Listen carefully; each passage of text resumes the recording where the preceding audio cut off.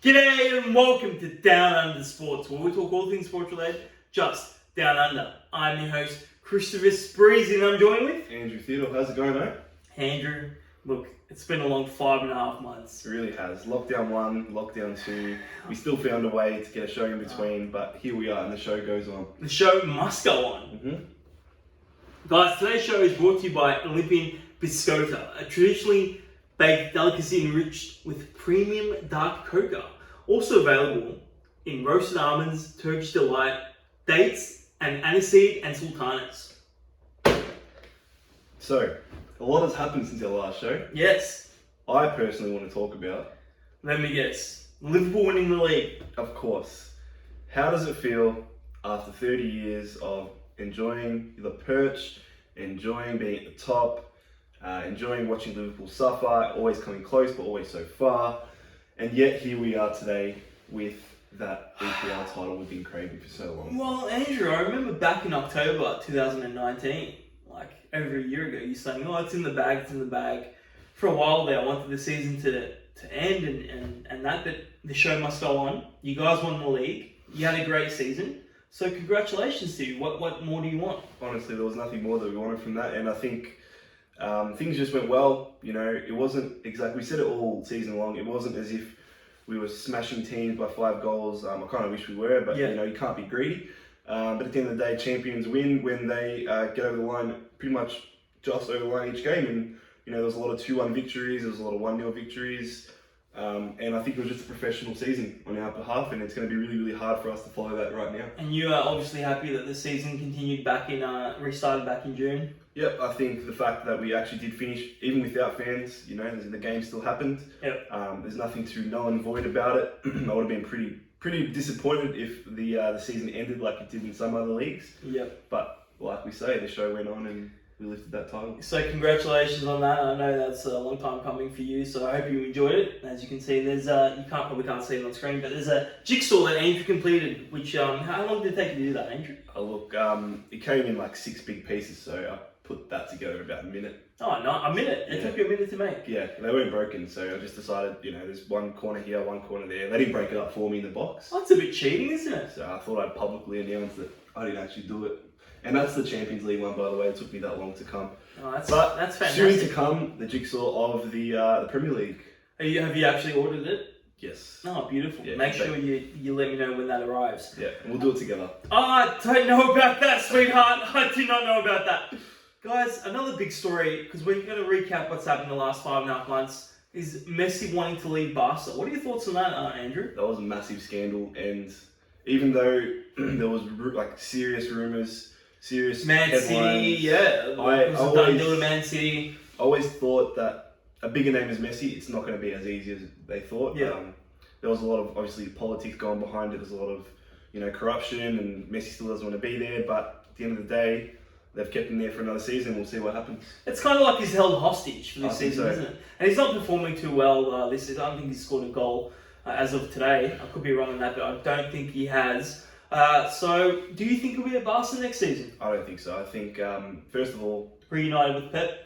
yeah, I think Koeman will go because I don't know where they are right now. They're on 8 points. Yeah, well, their president resigned a week ago, so... There's an absolute shambles of a joke of a club right now. Things aren't going well at all.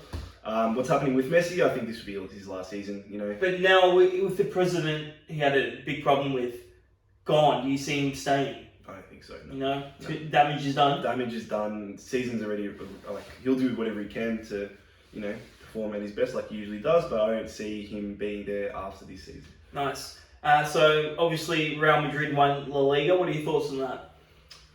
Look, it's been either them or Barca for a very long time. You know, Atletico have made their way into it And they're in the not last quite decade, at but they top. just haven't quite Yeah. been there. With Suarez going to Atletico now, I don't know. He seems to not have gotten off to the greatest of starts. Yeah. But they've got a young player in Joao Felix, so I don't know what's going to happen this season. But I personally think it's a bit overrated. You think he's overrated? Hasn't really he's got a lot of potential. But we'll see on the big show. But he seems like he's performing the last couple of weeks. Yep. We'll see what happens. But, So congrats to Real Madrid for winning La Liga for 1920. Let's talk about the new Premier League season for a bit. Obviously, Everton got off to that hot start. They've kind of come down to earth right now. Liverpool's back on top. I think they've lost their past 2 games, Everton. Let's talk about Liverpool, how they're top of the league right now, not playing their best. And let's talk a bit about Manchester United's abysmal start to the season. Tell me first, what's the plan with Man United moving forward? You've got your ups, you got your downs. Well, that's the thing. I mean, we won the Champions League against Leipzig, 5-0. Very impressive. Yeah, and then we come out and play absolute stinker against Arsenal, losing that 1-0 on the penalty, which Pogba gave the penalty. He just hasn't been performing well at all. Let's talk about United right now, and something's got to change, because you can't have these results where you're playing so good, winning 5-0, and then the next week you're just playing an absolute shambles of a game. Ollie needs to go, bring in, Poch, and we've got to start that rebuild again. So, look, we're 15th right now in the league, and after 8 games, I think that's appalling.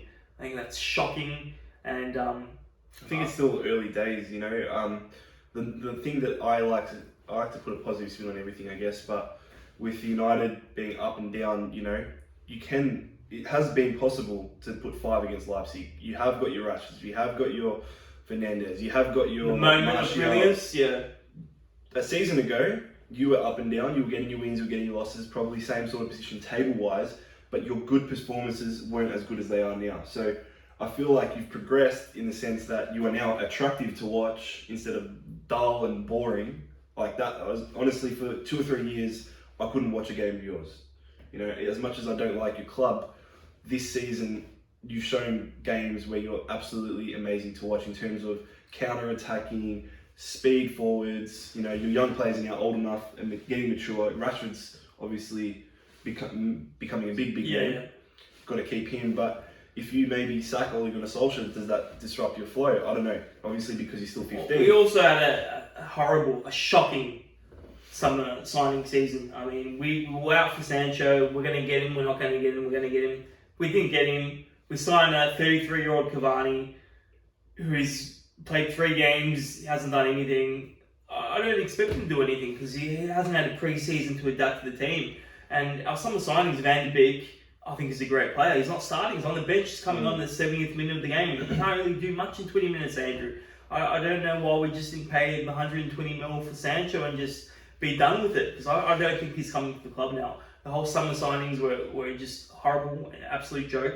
And obviously I'm Ollie out. Are you Ollie out or Ollie in? I'm obviously Ollie in because I like to kick things the way they are. Typical. I don't even know why I asked that question, to be honest with you. But if I'm taking you off my Liverpool cap, I honestly think you've been so patient with him for so long.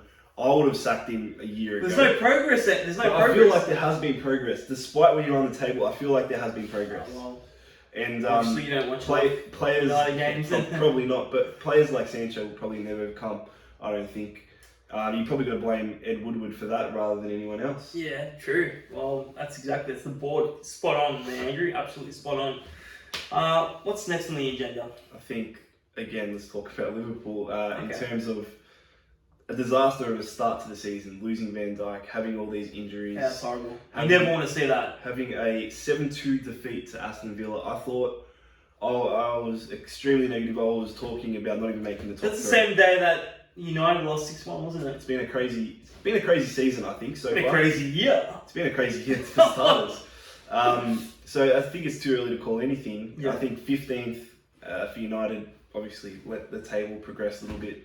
You'll show what's going to happen. But in terms of Liverpool, I don't know, I think we've coped well. Ever since Van Dijk's been injured, we thought the worst. We've kept a few clean sheets. We've been undefeated in the Champions League. And still, we haven't even been at our best. We've actually been pretty average, to be quite honest.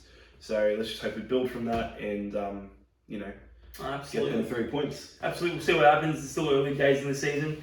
Let's move on to the US Open and the French Open. So tennis came back in mid-August. They had a tournament at Cincinnati, played at the New York US Open grounds.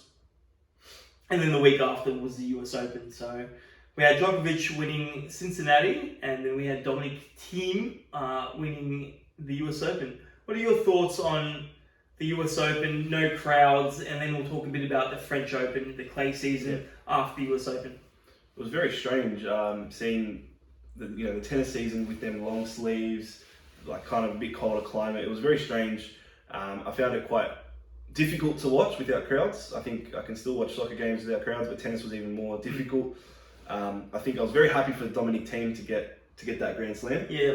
Especially given the circumstances of that final, being 2 sets down, being the first person to do it in how many years? 72 years. And putting up a real big fight. 72 years to win a Grand Slam from 2 sets to love down. I think so. It happened in 2004 French Open, Gaston Gaudio beat Maybe it's Korea. first Austrian to win in 72 Maybe, years. yeah. I think that's what it was. Well, Thomas Muster won in the 90s. Tennis is not my... That's alright, no, yeah. But something happened 72 years ago. We'll leave it at that. Years ago. But yeah, I was very happy for him. I really do like Dominic Thiem. I don't know what your thoughts are on the Djokovic call. Oh, we're going straight into the big... Look, it's not allowed to happen. You're not allowed to hit anyone in intent or... Did or did not the linesman make the most? Doesn't matter. Did she not make the most? Doesn't matter. Did she have a secret Doesn't agenda? matter, no. Did she hate Djokovic? No.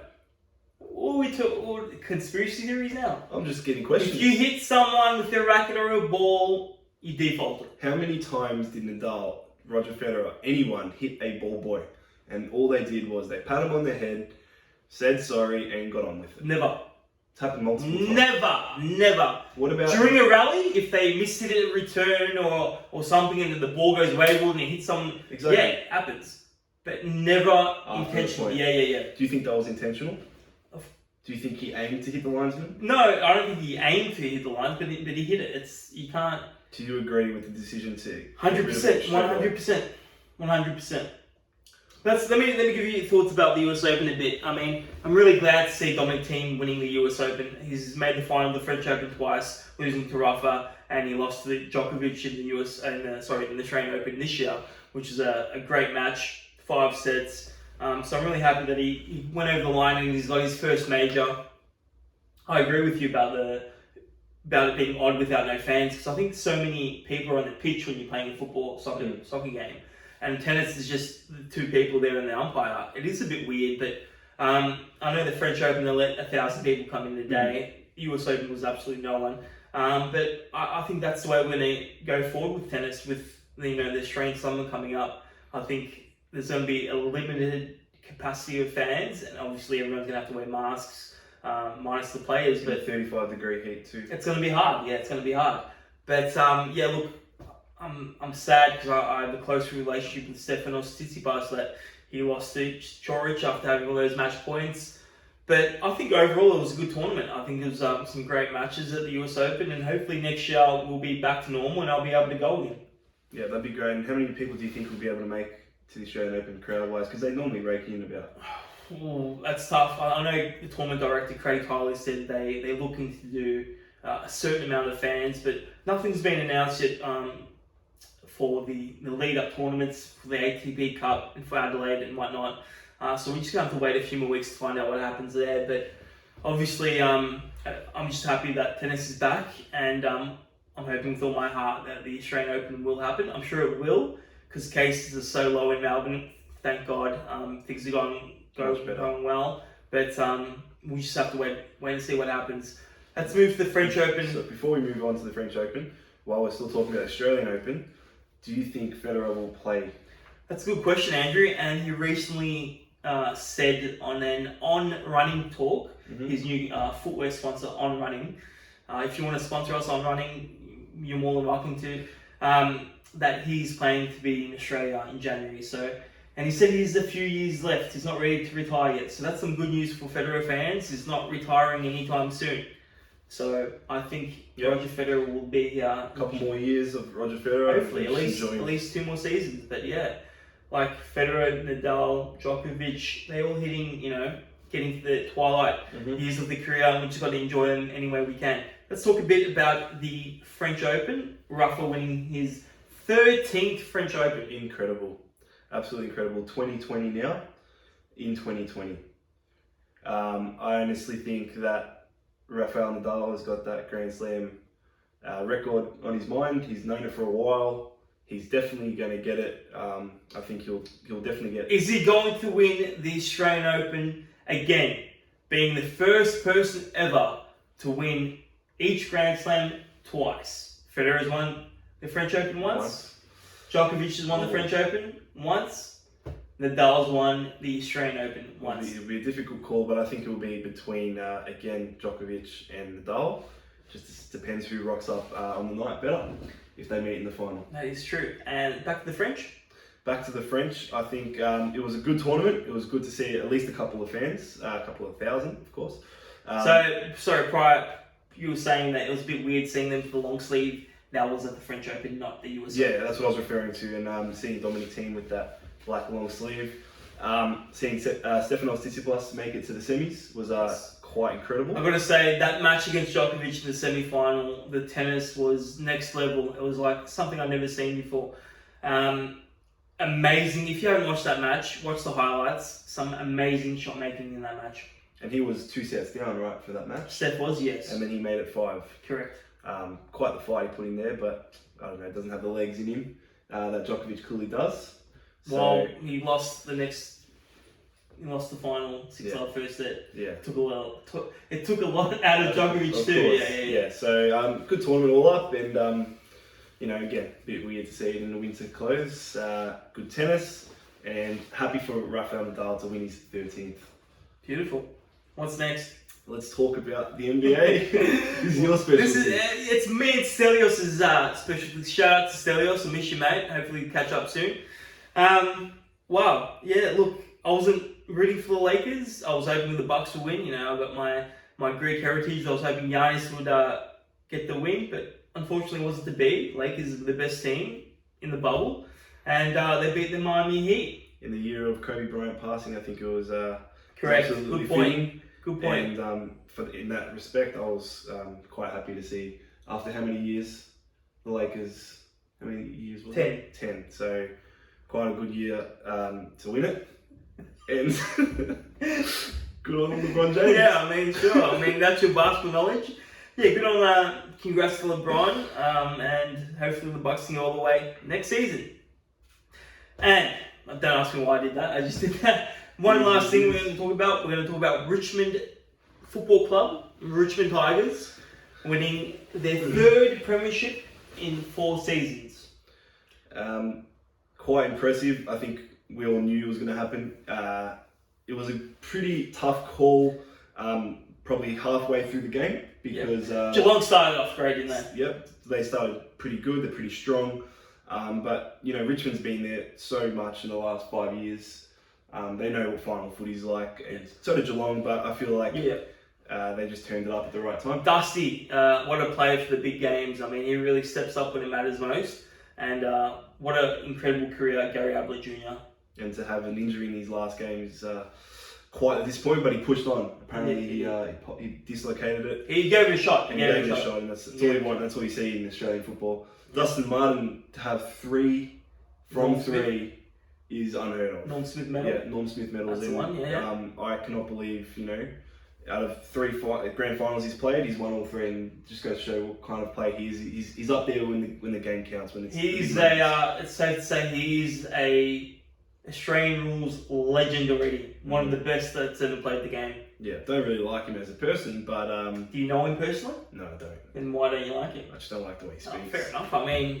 Shout out Dustin Martin, biggest fan. Wow, I think on that note, guys, thank you for watching again. It was a long 5.5 months. We'd like to thank our sponsors, Olympian Biscotta. Go and pick that up. And you can find me on Instagram, Chris Spreezy. Andrew, where can they find you? On Instagram as well. __. Yeah. Andrew.